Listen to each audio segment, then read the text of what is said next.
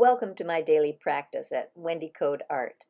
If you find this video interesting or helpful, please consider subscribing to my channel and liking the video. Hi, my name is Wendy and I'm an artist. I've been an artist my whole life and I am excited to invite you into my studio and show you my art practice. I paint every day and I do acrylic on paper. I also do stencils. I draw. For me, art is about problem solving, so there's always little tricks and tools that I can share with you along the way. So welcome. I'm so glad you're here. I walked into my studio today when the paintings are just at that, they're just, starting their ascent. They haven't crested and I haven't, really overdone, or I don't even know if I think that they're underdone. I'm looking at them thinking, maybe they're done. Okay, they're not. Not for me, not yet, but they will be. And I'm as excited about that. But now I get into the phase of trepidation. Oh, I like it, I like it now. Why would I move forward? I could quit and just kind of like go, well, it's finished because I say it is, which is basically how it works. There's a lot of responsibility to this stuff, So I, I just love that inner thought process, those kind of like the, one voice saying this and the other voice saying that, like, oh, it's great, you're done. No, you're not. You got to keep going. The colors are so vibrant. Yes, and there'll be more. I mean, there's just this dialogue that goes on as well that is equally wonderful for me. So now that could change. Oh, no, I was going to say that could change at any moment. Like I could turn these around and go, oh, that side. Yeah, that side's not really doing it in the same way. And it's not in the same way because it's not as far along, but it's good. It's good. I just remembered how wonderful I thought some of these markings were, where the paint on the squeegee did not really glide or stay smoothly. Here it did until it kind of ran out. But here, the whole thing was a little bit bubbly and it gave a completely different feel. And this could be obliterated. I could come in with some brush strokes or squeegee strokes and really kind of, tear the whole thing up. But I don't know that yet, so I'm not going to worry about it. I'm not going to worry about what hasn't happened yet. I'm just going to be in this moment. Oh God, that's such a life skill, isn't it? And I always say that, art is life. It teaches you so many things.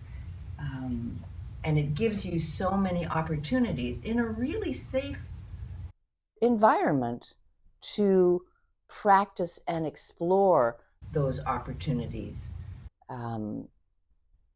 Really, don't get me started. It's just the best. So I am going to turn this one around. I do so many paintings over this lifetime, and I really don't think about, well, and I have so many on the go. I was talking to some colleagues trying to explain my process, and I think I can't imagine I'm the only person that works on 40 paintings at a time, or 32 or 36, however many get put on the tables and on the on the walls. So it is a different way of working, and I can't recommend it. Let me just get my tea here. I can't recommend it because I don't know what's going to work for anyone else. It's what works for me, and it's kind of how I've evolved. So I'm sticking to it. Look at this. Just this. So so fresh. I always say that art is about problem solving, but I don't see any problems here. I have no problems. There's no problems yet. I have to keep going a little bit and see, just kind of get a little more of a dynamic going. Oh, these are happy problems.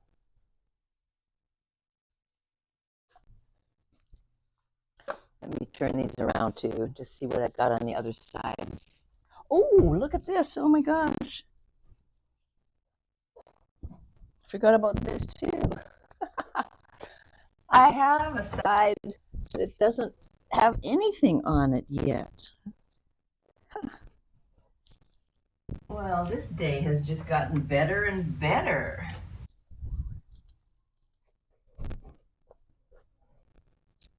Oh my gosh. All right, so, and now the fun begins.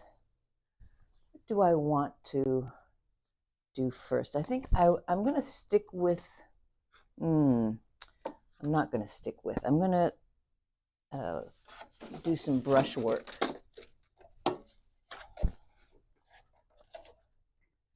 Just as a counterpoint to this. On the other side, I did the brush work, and then I did the squeegee. Now I'm going to do I've done the squeegee, now I'm going to do the brush work.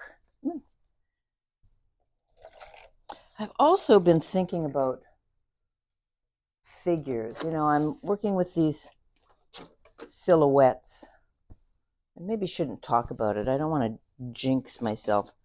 I haven't done figures for years in my studio. I do go, a couple times a month to a drawing group, and I paint figuratively or draw. I don't know. I use acrylic wherever I go. So it's paint, draw, whatever that whatever you want to call it. I really don't understand the separation between drawing and painting unless it's at the extremes. Paint is just paint it's a liquid medium, but you can certainly draw with ink. So I'll have to look that up. I don't really know the true definition, like where does drawing end and painting begin, or where does painting end and drawing begin. I think it's probably open to interpretation, and I'm not sure I would agree with every interpretation, but I don't have an interpretation for myself. Like, is there a line? No, I don't think so. I think there's a lot of overlap, but somebody has to have decided that because there's just so many people doing so many things that would be one thing that somebody would come up with. But not me. Okay, and I also have, I have some of these little paintings that I'm going to separate. But first, the brush. Now, I think peach. Whoa. So peach is in a lot of these squeegee marks, but and that's a good thing because it will match. It's mostly for the pieces on the back wall. I'm going right now. And I want them to be fairly wide and to cover a fair bit of the surface. Got the hiccups there while I'm trying to talk.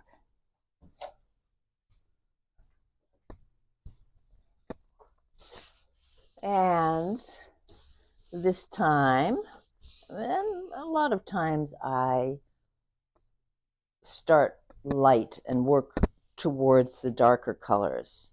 It's not a rule. I certainly have, taken some darker colors to start.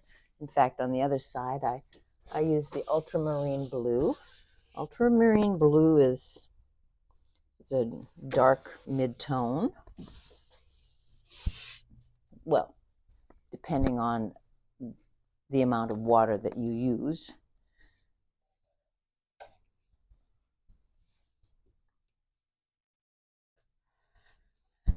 And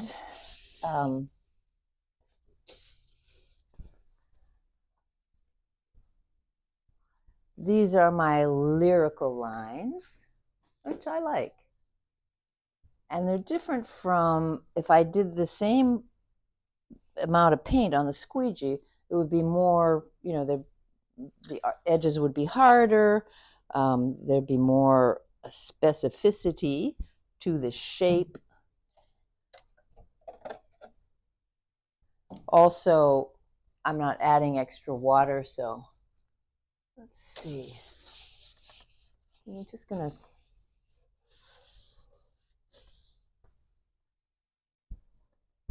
add some shapes, but brush shapes, like I said, as opposed to squeegee shapes. And this is one of many colors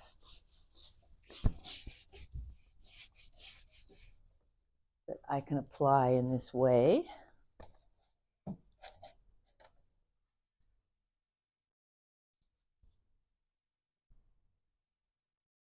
Now I have a relationship going. There's a relationship between the lines and the shape.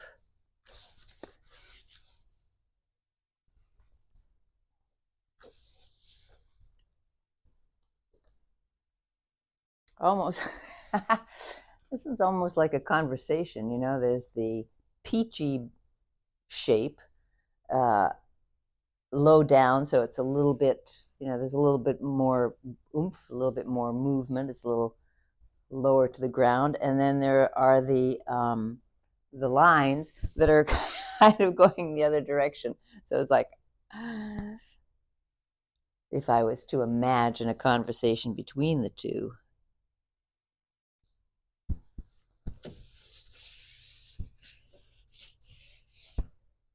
And yes, a lot of painting is emotion, is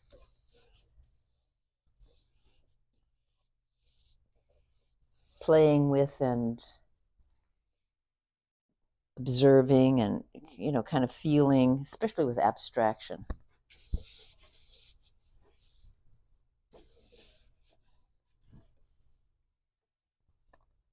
And there's more or less a sun shape with a little bit of an arm.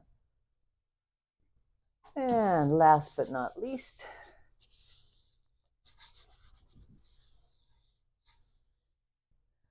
and even though it's abstraction, lines certainly, because of our vision and our way of seeing, we do tend to kind of set up certain shapes and lines in our memory or in our brains to have some kind of meaning or some kind of representation. So like a horizontal line is like a horizon, hence the term, right? Horizontal. And then a vertical line kind of has that mountainous or building or, or person standing, the things that line up on our vision, in a vertical axis. So, and it can come and go as well. interpretations and expressions and feelings that we get. It's just all good fun. All right, now I think I could do some bands on this wall before I turn it around again. It goes so fast now. I'm just going to put some of this paint on the surfaces here, like a background. It's a lot of water, so that's kind of a commitment to not doing too much else for the rest of the day, because it'll have to dry. I can soak some of it up, but I really like the subtlety of, when there's a lot of water. I don't know if you know the artist Marlene Dumas, Dumas. Oh, she's one of my favorites, actually. She works a lot with very, very liquid, watery inks and paints, and you can just see where the paper has taken a shape because of the water. Paper kind of moves, it kind of buckles and waves. And so then the pigment goes into the low-lying areas and it moves away from the higher areas. I'm exaggerating. It's just like a fraction of an inch, not very predominant. But after it's dried, it is easy to see, where the troughs were. And she is masterful in using those shapes as parts of the face or the body. Yeah, I really enjoy looking at her work. There's plenty of other people who do that, who utilize that, but she happens to be pretty famous now, and so it's easier to see her work, to find it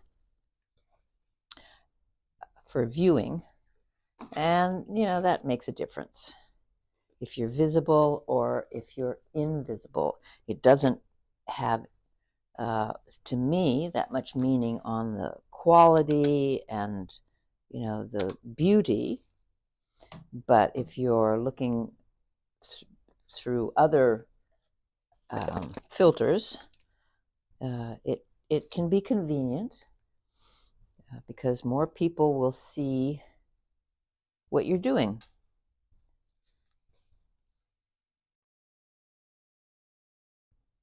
I'm going to try this earth green. I keep calling it phthalo green because it really has that quality, but anyways, I don't name them, I just paint with them. Oh, and I haven't used my fluorescents for a while either. And also, some of these pale. I'm going to get a little bit bluesy here. One of those and one of those.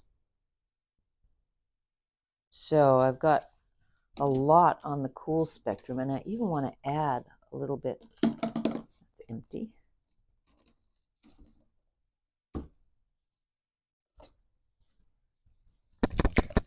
I'm going to go for this fluorescent.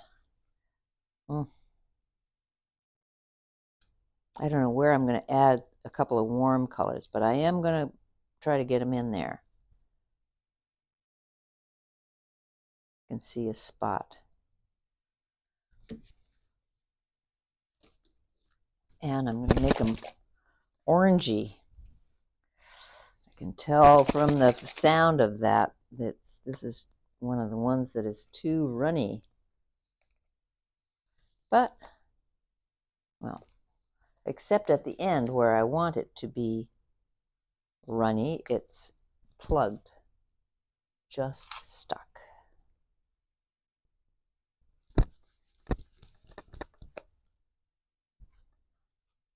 That should loosen things up a bit.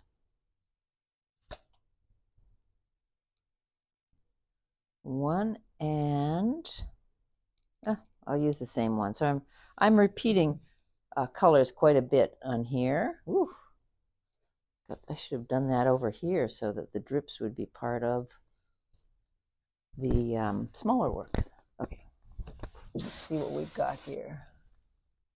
Yeah, the green does something.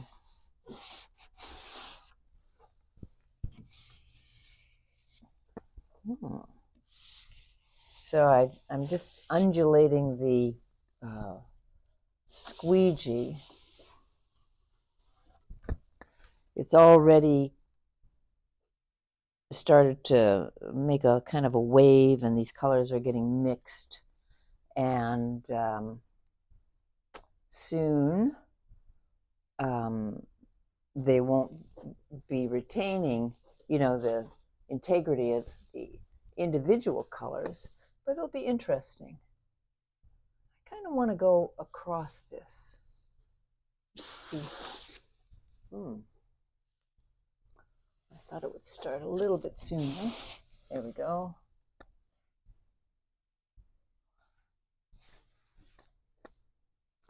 Well, the density of the pigment is getting a little wearing. It's not so bad. I don't like that green, but I've said that about other colors, and then, they've become my favorite color. I just wasn't working it right, or I didn't have the right accompanying colors.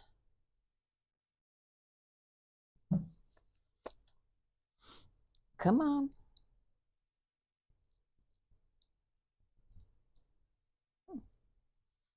That worked. The fluorescent is nice. It looks more yellow to me. Maybe it is fluorescent yellow. Let me see. Lemon. Well, there you go. Here I thought it was green.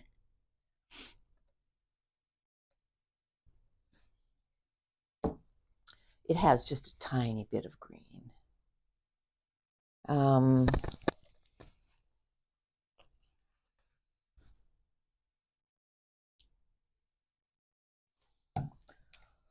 I think if I want to make a statement, I'm a little tired of indigo. I keep reaching for the Payne's Gray, another favorite of mine, and but I pick up indigo. I mean, I love indigo. I'll never get tired of it, but for now, I just wanted some different colors coming across.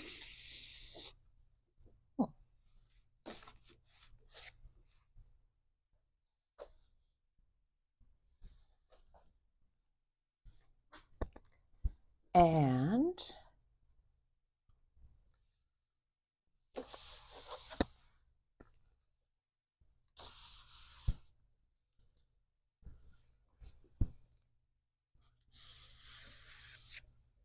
before they all turn to mud, I think what I want to do is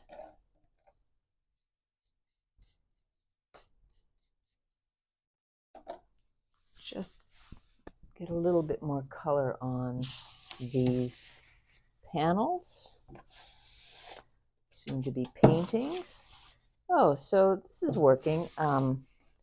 So those nice areas, those wet areas, are really pulling the paint off the squeegee. Oops. You could always paint with tea. Definitely people who do that use it as a like a patina.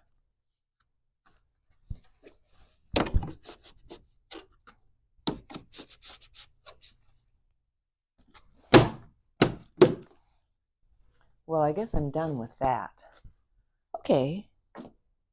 I'm off to a good start. And I think that's all I'm going to do today. I'll just wait for the paint to dry. Kind of excited about this now.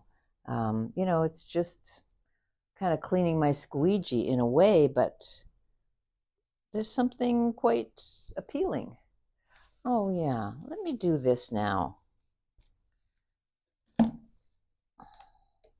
Well, actually, I'm not going to do it now. I was going to tear these pieces, but I want to set the cameras up a little differently so I can show you the process, and also cleaning this up so that I can get to it is going to take a few minutes.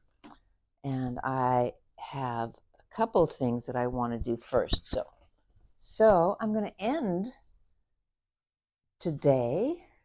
Thank you so much for being here and going through this journey with me, this process, the art process, the painting process.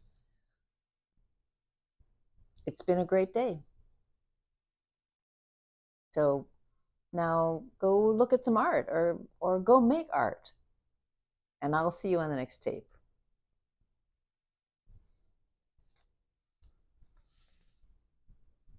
I'm so happy that you are joining me today, and maybe other days too. I'll take you through my day-to-day as an artist, and I look forward to seeing you on the next tape. Thanks for being here.